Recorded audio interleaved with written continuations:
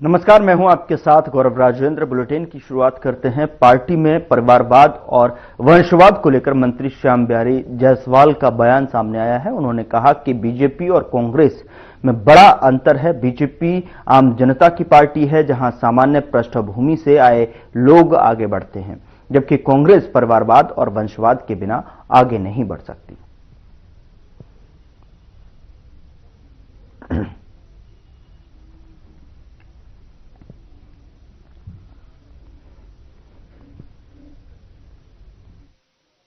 देखिए, भारतीय जनता पार्टी और कांग्रेस में बेसिक यही फर्क है कि भारतीय जनता पार्टी आम जनता की पार्टी है और कांग्रेस पार्टी खास लोगों की पार्टी है। उनमें खास लोग के ही परिवार आगे बढ़ते हैं और भारतीय जनता पार्टी में आम लोग भी वहां पहुंचते हैं। इसका पूरे देश में उदाहरण है, हर नेता इसका उदाहरण है। आज चाहे छत्तीसगढ़ में मुख्यमंत्री जी को देख लीजिए, प्रधानमंत्री जी को देख लीजिए, हमारे राष्ट्रीय अध्यक्ष जी को देख लीजिए, हमारे प्रदेश अध्यक्ष जी को देख लीजिए, हमको देख लीजिए, सभी मंत्रियों को देख लीजिए कि किस पृष्ठभूमि, किस परिवेश से, कहां से उठाकर भारतीय जनता पार्टी ने कहां जिम्मेदारी दिया। तो ये भारतीय जनता पार्टी और कांग्रेस में खास लोगों की एक पार्टी है, उसमें परिवारवाद, वंशवाद के बिना वो पार्टी बढ़ नहीं सकती।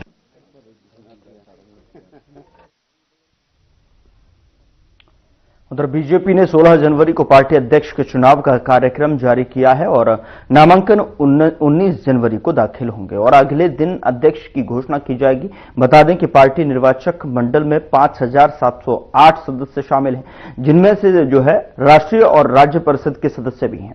बता दें कि अंतागढ़ विधानसभा क्षेत्र के विधायक विक्रम उसेंडी ने कहा कि कार्यकारी अध्यक्ष नितिन नवीन विधिवत रूप से चुने जाएंगे।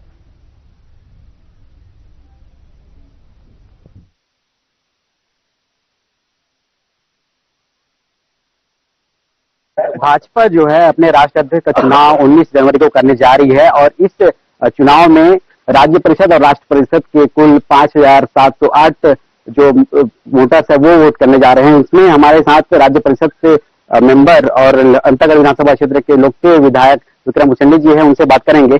आप लोग 19 जनवरी को राष्ट्रीय अध्यक्ष का चुनाव करने जा रहे हैं, क्या कुछ कहेंगे?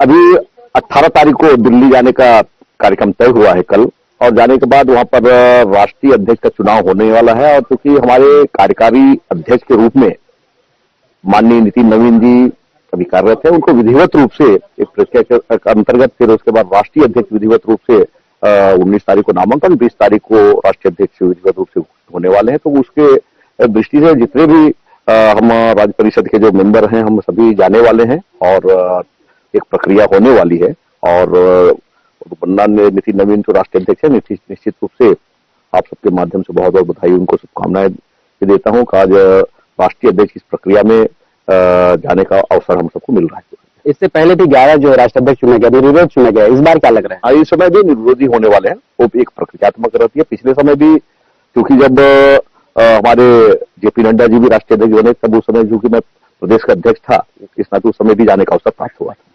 राष्ट्रीय अध्यक्ष अभी जिस तरह से नवीन जी का होने वाला है, वो लगातार छत्तीसगढ़ प्रभार में भी थे, कैसे देखते हैं उनके कार्यकाल? आपने निश्चित रूप से बहुत खुशी की बात है कि हमारे छत्तीसगढ़ के वो प्रभारी भी रह चुके, उनका हमेशा हम सबको मार्गदर्शन प्राप्त होता रहा है। और उनके नेतृत्व में हमने पिछले विधानसभा का चुनाव के साथ ही साथ लोकसभा का भी चुनाव लड़ा और बहुत अच्छे ढंग से यहाँ पर एक सफलता जीत की है। और संगठनात्मक रूप से बहुत परिपक्व नेता है, युवा नेता है, और उनके नेतृत्व में निश्चित पार्टी संगठन और मजबूत होगी और निरंतर आगे बढ़ती रहेगी। बहुत धन्यवाद सर। तो ये तो विक्रम उसेंडी जी का साफ कहना है कि नितिन नवीन जी के नेतृत्व में पार्टी और भी मजबूती के साथ आगे बढ़ता रहेगा। कैमरामैन सुमन के साथ अनिल नेताम, हर खबर, छत्तीसगढ़। रायपुर में बीजेपी के मुख्य प्रदेश प्रवक्ता और सांसद संतोष पांडे ने एसआईआर प्रक्रिया के दौरान पश्चिम बंगाल के 150 जादवपुर विधानसभा क्षेत्र के बूथ नंबर 110 के बूथ लेवल ऑफिसर अशोक दास की मौत के लिए टीएमसी को जिम्मेदार ठहराया। उन्होंने पार्टी के इस अलोकतांत्रिक आचरण की कड़ी निंदा की है। पांडे ने कहा कि इस घटना ने लोकतंत्र की आत्मा को झकझोर कर रख दिया है।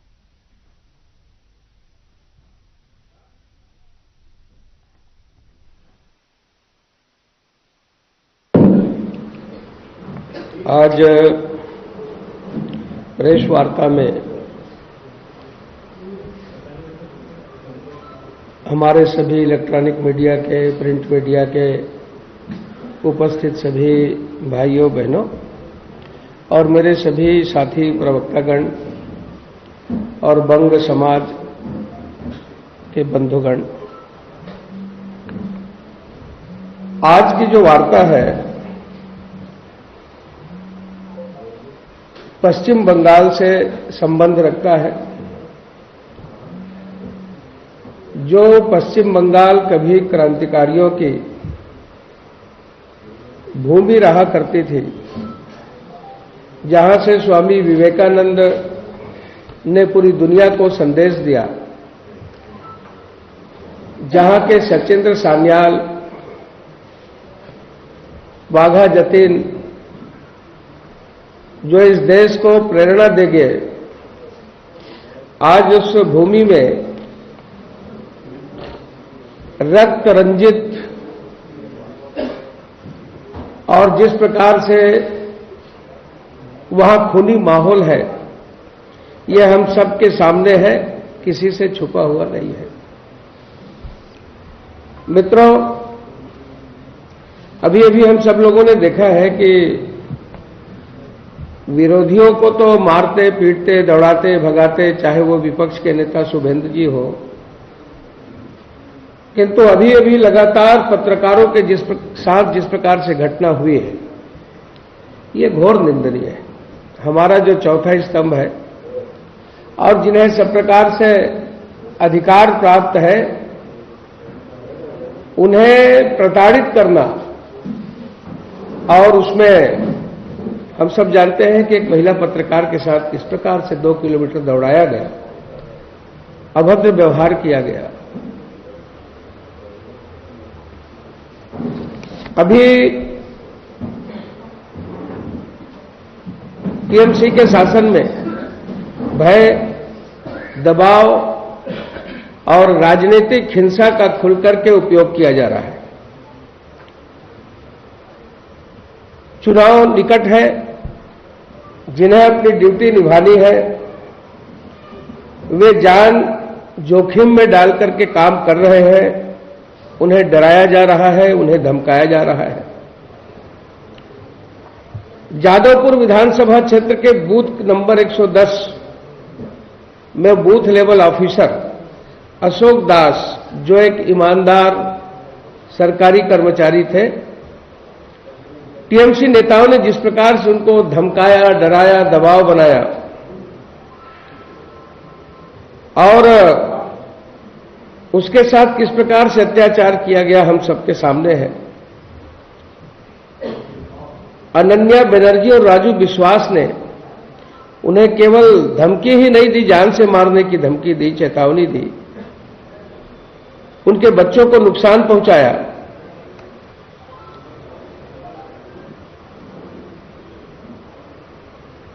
बंगाल में जो रोहिंग्या है, बांग्लादेशी हैं, जो वहां बस गए हैं, उन्हें पूरा प्रोटेक्शन ममता जी दे रही है। वहां की जनता भी सुरक्षित नहीं है और जिस प्रकार से संरक्षण प्रदान कर रही है, यहां के नागरिकों के लिए खतरा है। यहां के संसाधनों का उपयोग कर रही है, उनके हक को मार रही है। बीजापुर जिले के चट्टान पारा क्षेत्र में वन भूमि पर अवैध कब्जे हटाने के लिए प्रशासन ने बुलडोजर कार्रवाई की है। बता दें कि क्षेत्र में भारी संख्या में मकानों को तोड़ा गया है और इनमें नक्सल पीड़ित परिवारों और डीआरजी जवानों के घर शामिल थे, जो नक्सल हिंसा से बचकर शहर आए थे। प्रशासन ने दावा किया है कि पहले नोटिस दिया गया था और इन पीड़ित परिवारों ने पुनर्वास की मांग की है। साथ ही बाहरी लोगों के कब्जे को लेकर स्थानीय संगठनों ने विरोध प्रदर्शन भी किया।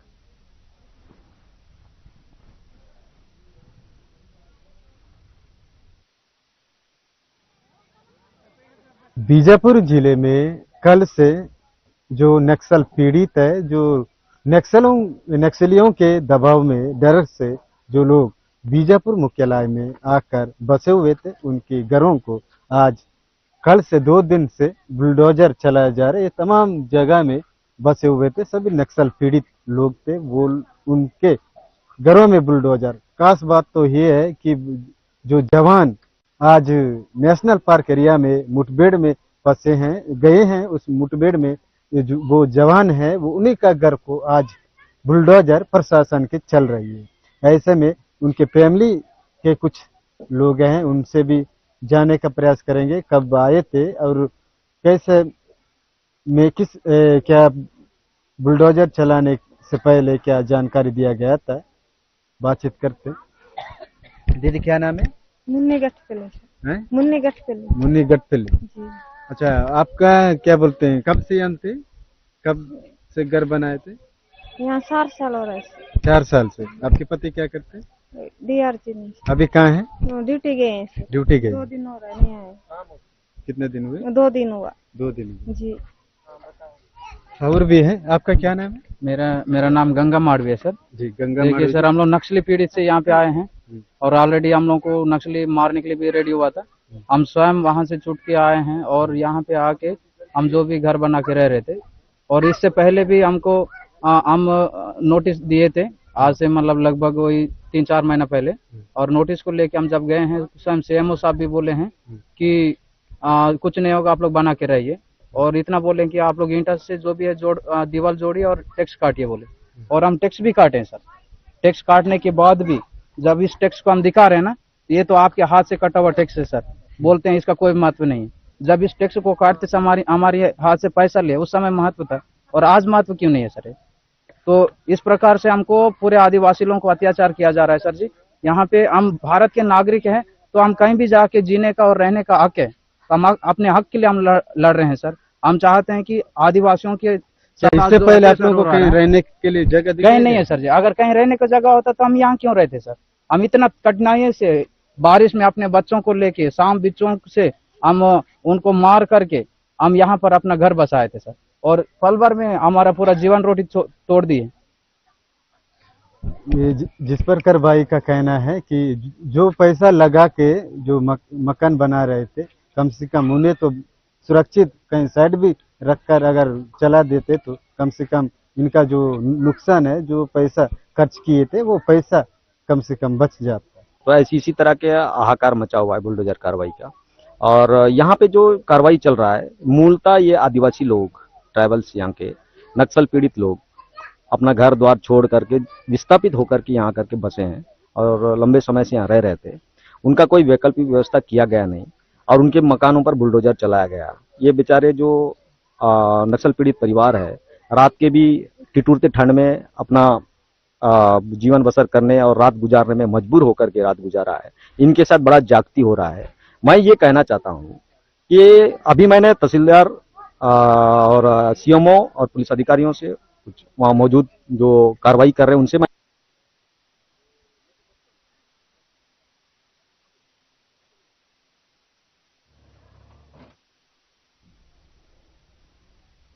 यहाँ रुक रहे एक छोटे से ब्रेक के लिए। ब्रेक के उत्पाद खबरों का सिलसिला लगातार जारी है।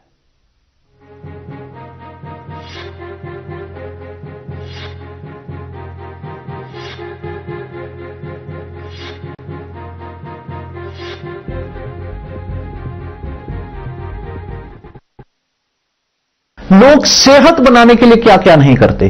जिम जाते हैं, कसरत करते हैं, काजू बादाम प्रोटीन के डिब्बे तक घोल घोल कर पीते हैं, फिर भी उनकी सेहत नहीं बनती, क्योंकि उनका पाचन तंत्र खराब है। और जब तक के पाचन तंत्र दुरुस्त नहीं होगा, वो जितना मर्जी अच्छे से अच्छा खा ले, उनकी सेहत नहीं बन सकती। इसलिए हमारी संस्था सन्यासी आयुर्वेदा ने एक ऐसी दवा का निर्माण किया है जो कि आपके लिवर को, आपके पाचन तंत्र को दुरुस्त करने का काम करती है, ताकि आप जो भी खाएं उसका पूरे का पूरा निचोड़ आपके शरीर को लगे, आपकी भूख बढ़े, खाया पिया सही से लगे, नया खून बने, हड्डियों में जान आए, वजन बढ़े और आप मोटे तगड़े खूबसूरत पर्सनैलिटी के मालिक बन जाए।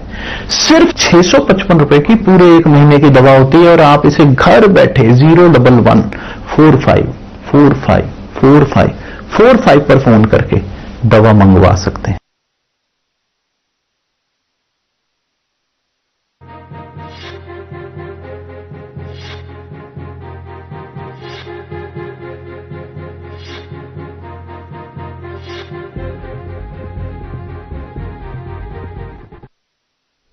ब्रेक के बाद स्वागत है आपका। खबरों में आगे बढ़ते हैं। छत्तीसगढ़ में करोड़ों रुपए के धान के कथित नष्ट होने के मामले को लेकर अब सियासत तेज हो गई है। दरअसल आपको बता दें कि दुर्ग ग्रामीण जिला कांग्रेस कमेटी ने जो है सरकार पर गंभीर आरोप लगाते हुए कलेक्टर कार्यालय के सामने विरोध प्रदर्शन की सूचना दी। जिला कांग्रेस कमेटी दुर्ग ग्रामीण के जिला अध्यक्ष राकेश ठाकुर ने कलेक्टर को पत्र लिखकर कहा कि राज्य में किसानों की मेहनत से पैदा किया गया धान लापरवाही के कारण बर्बाद किया जा रहा है, जिससे प्रदेश की जनता और किसान आक्रोशित हैं। बता दें कि पत्र में आरोप लगाया गया कि धान का उचित भंडारण और संरक्षण नहीं किया गया, जिसकी वजह से करोड़ों रुपए का अनाज नष्ट हुआ है और कांग्रेस ने इसे सरकार की विफलता बताया है। बता दें कि कांग्रेस नेताओं का कहना है कि धान किसानों के पसीने की कमाई है और उसका नष्ट होना सीधे तौर पर किसान विरोधी रवैया दर्शाता है। और इसी के विरोध में 20 जनवरी को कलेक्टर कार्यालय दुर्ग के सामने कांग्रेस कार्यकर्ता प्रतीकात्मक प्रदर्शन करेंगे।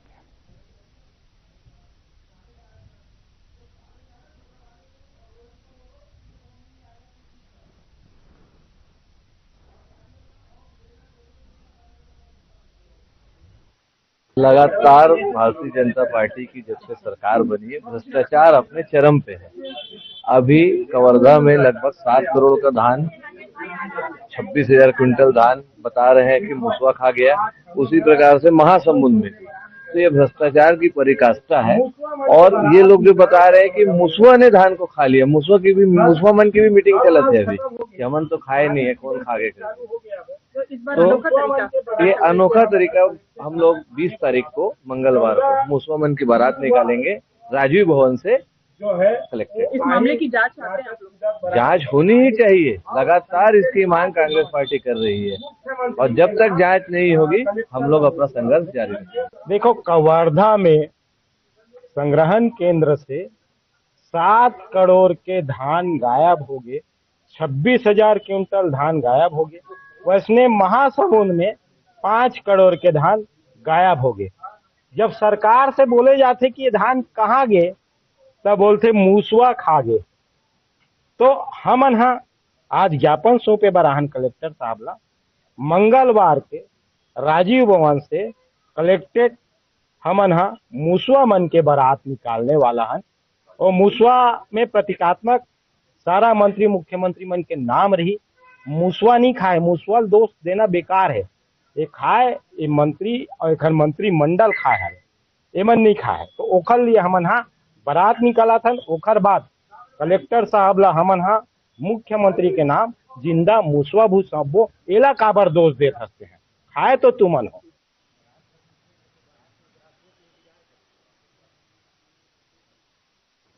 करोड़ों की धान की जो फसल है वो नष्ट होने के मामले को लेकर कांग्रेस ने कलेक्ट्रेट के सामने प्रदर्शन किया।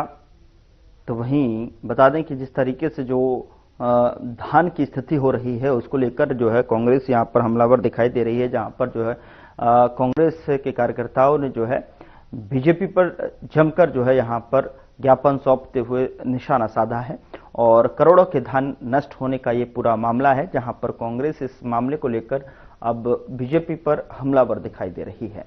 इसको लेकर कहीं न कहीं ये कलेक्ट्रेट के सामने प्रदर्शन किया गया है। उधर जगदलपुर के डिमरापाल स्थित सुपर स्पेशलिटी अस्पताल में पुराने कर्मचारियों को निकालने का मामला गरमाया गया है। बता दें कि बीआईएस प्रमुख ने कहा कि करीब 150 बेरोजगार इस अस्पताल में काम कर रहे थे, जिन्हें निकालने के बाद फिर से ये बेरोजगार महसूस कर रहे हैं। वहीं अस्पताल प्रबंधन को पुराने कर्मचारियों को काम पर रखने की मांग की जा रही है। बताया जा रहा है कि कंपनी का टेंडर खत्म होने की वजह से इन कर्मचारियों को हटाया गया। साथ ही अस्पताल में नए टेंडर होने से अलग से नई भर्ती शुरू हो चुकी है, जहां पुराने लोग बेरोजगार होते नजर आ रहे हैं।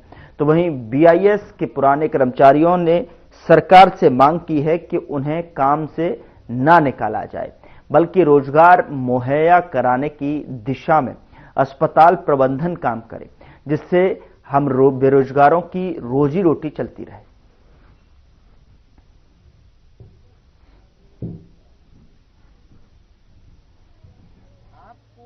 समस्या ये है सर, हम पहले पिछले 1.5 साल से कार्यरत हैं, तो अभी नया टेंडर हमें कार्य पे नहीं रख रहा है सर। तो हमारी समस्या यही है कि हमें काम दिया जाए सर।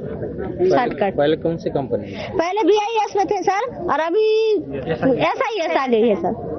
तो अधिकारी मौजूद है क्या? हाँ है सर। क्या बोल रहे हैं सर? उनका कहना यह है कि आपका कार्य 16 तक था, तो इसके बाद मतलब आगे की कार्रवाई आप SIS के साथ करिए सर। टोटल कितने लोग हैं? 80 लोग हैं सर। सभी का काम?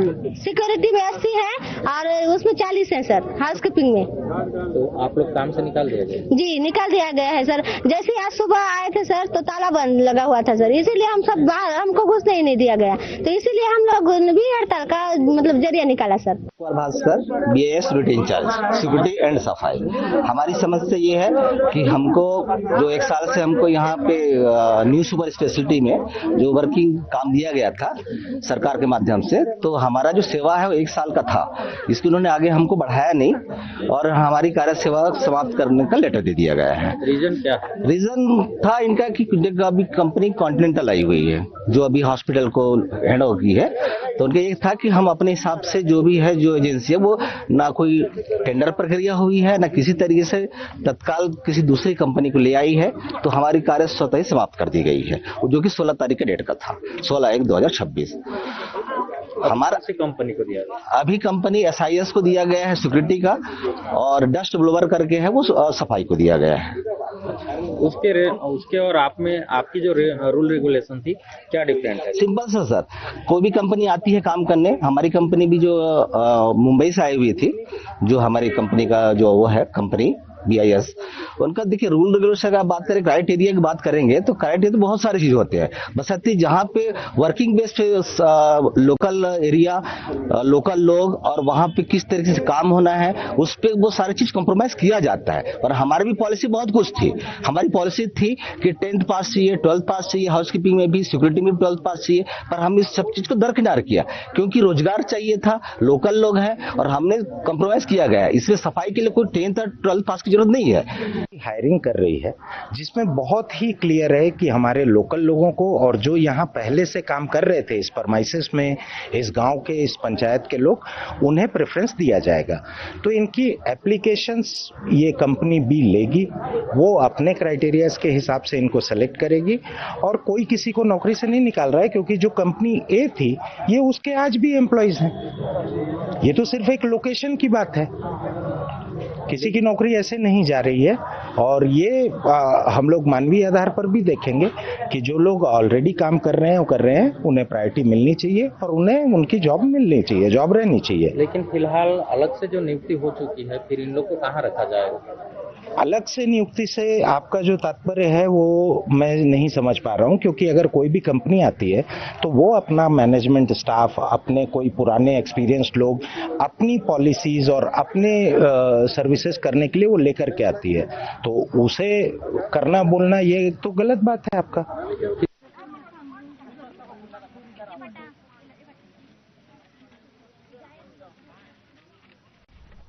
टेंडर खत्म होने पर यहाँ पर आक्रोश दिखाई दे रहा है। साफ तौर पर सरकार से रोजगार की मांग की है। काम से निकाले गए अस्पताल से कर्मचारी जो हैं अब बेरोजगारी की कगार पर खड़े हुए हैं, जिसको लेकर जो है उनकी तरफ से यही काम जो है अपनी मांग है कि उन्हें काम से न निकाला जाए। टेंडर खत्म होते ही जो उनके सामने समस्या आ खड़ी हुई है उससे कहीं न कहीं उनके परिवार पर, उनके रोजी रोटी पर और उनके घर के किचन पर भी यहाँ पर ग्रहण लगता हुआ साफ तौर पर दिखाई दे रहा है, और जिसकी वजह से जो है सरकार से अब रोजगार की मांग की गई है। काम से निकालने के बाद जो है ये सभी कर्मचारी अब रोजी रोटी के बड़े संकट से यहाँ पर भयभीत हैं और इनके सामने जो शंका बनी हुई है रोजी रोटी की कि घर किस तरीके से चलेगा, आम जरूरतों का क्या होगा, उसको लेकर इनकी तरफ से जो है काम की मांग की गई है। फिलहाल बुलेटिन में इतना ही। नमस्कार।